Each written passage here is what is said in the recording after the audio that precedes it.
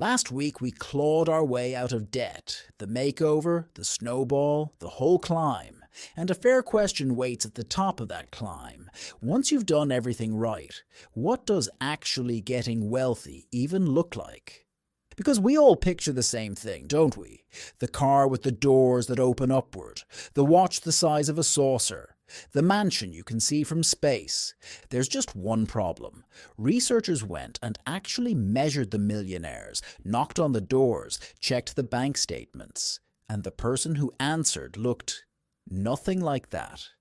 No Lambo, no saucer watch, a used car in the drive and a modest house. One book spent decades proving that real wealth is almost always this quiet, and that the quiet is the whole secret.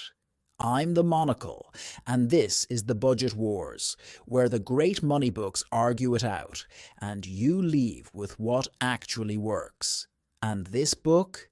This is the one that quietly agrees with everything this channel has ever whispered. Stay to the end, and you'll get the free one-page plan we've built all series. No app, no bank login, ever. This time with a simple, "Am I actually wealthy?" number written right on it. And the third idea today is the uncomfortable one. The quiet way loving parents accidentally keep their grown children poor. Most people are doing it right now and calling it kindness. Let's start by breaking the picture in your head. The researchers expected to find the millionaires in the gleaming neighborhoods behind the tall gates. They mostly weren't there. They found them next door. In the ordinary house, driving the 3-year-old car, buying suits off the rack, mowing their own lawn on a Saturday entirely unbothered.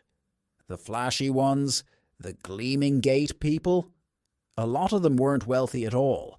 They were just spending like it. Big hat, as the saying goes, and no cattle underneath. That's the first shock of this book. The lifestyle you've been taught to read as rich is very often the costume of someone drowning quietly, one payment at a time. So if the car and the watch don't tell you who's rich, what does? There's a single number that separates the real from the costume, and you can run it on yourself tonight. Here it is. Idea 1, and it rewires everything. Wealth is not what you earn. Wealth is what you keep. Two very different numbers that we've been tricked into treating as one. A big salary is a fast-flowing tap, but a tap isn't wealth. If the drain is open just as wide, you can earn a fortune your whole life and stay, in truth, completely broke. This is the big hat, no cattle person. High income, high status, high street brands, and almost nothing actually banked.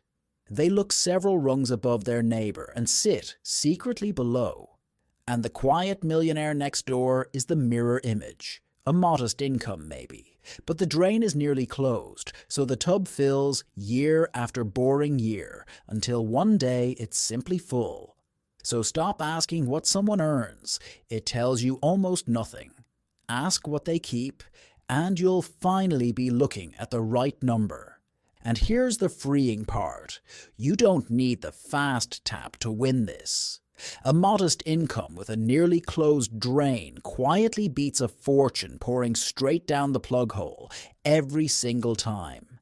Idea 2 gives you the number I promised, a rough yardstick to measure yourself against. The book splits everyone into 2 camps, and after tonight, you'll know your own. One camp is quietly building an empire on an ordinary paycheck. The other earns a fortune and has stunningly little to show for it. And most high earners are horrified to find they're in the wrong one. Watch. Here's the yardstick. Take your age, multiply it by your yearly pre-tax income, then divide by 10. That's roughly the net worth someone in your shoes should have built by now. Land at about that number, your average. Land at double it or more. The book calls you a prodigious accumulator, a builder. You turn income into wealth astonishingly well, but land at half of it or less, and you're an under-accumulator. High income, low net worth. The fast tap, the open drain. Impressive on paper, hollow underneath. And the cruel twist, 2 people, same salary, same age, one a builder, one an under-accumulator, can be worth 10 times different amounts. Same income, wildly different lives. So run it on yourself tonight, not to feel bad, to find out which door you're standing in. Because the number doesn't judge you, it just finally tells you the truth. Now, idea 3, the uncomfortable one I promised. It's about the kindest looking mistake in the whole book. The book gives it a cold little name, economic outpatient care. It's this: the well-meaning parents who never stop bankrolling their grown-up children. The topped-up rent, the starter down payment, the quiet monthly transfer that just never ends. And it comes from love, every cent of it. But the book's data found something painful. The more financial help grown children receive, the less wealth they tend to build themselves. The gift quietly weakens them. It makes a terrible kind of sense. Why learn to close your own drain when someone keeps refilling the tub for you? The muscle you never use is the muscle that never grows. The quiet millionaires did the harder, kinder thing. They let their kids feel the cost of things. They raised builders, not dependents waiting by the fence for the next transfer. That's the payoff, and it stings a little. Sometimes the most generous thing quiet wealth ever does is not write the check. Independence is the real inheritance. Which brings us to idea 4, the habit underneath all of it. The quiet millionaires play 2 games at once, and everyone's obsessed with the wrong one. Offense is earning, raises, side income, growing the paycheck. It's loud, it's exciting, and it's the only half anyone ever talks about. Defense is keeping, living below your means, closing the drain. It's dull, invisible, deeply unglamorous, and it's the half that actually decides who ends up wealthy. And here's the part that stops people cold. A brilliant defense can outperform a brilliant offense completely. You can out-earn a saver and still lose to them. Watch how. Because offense without defense is that bathtub with the plug pulled. You can pour in a bigger and bigger salary and never rise an inch. All that sprinting, and the level never moves. The millionaire next door isn't necessarily a better earner than you. They're a better keeper. They simply refuse to let the lifestyle rise every time the income does. That gap, that's the whole fortune. So put it together, the 4 quiet truths. Wealth is what you keep, not what you earn. Measure it. Age times income over 10. Never let generosity turn into dependence. And play defense as hard as offense, harder. And notice who's not in this blueprint. The saucer watch, the upward opening doors, the gold chain. None of it was ever wealth. It was the costume worn by the people losing the game.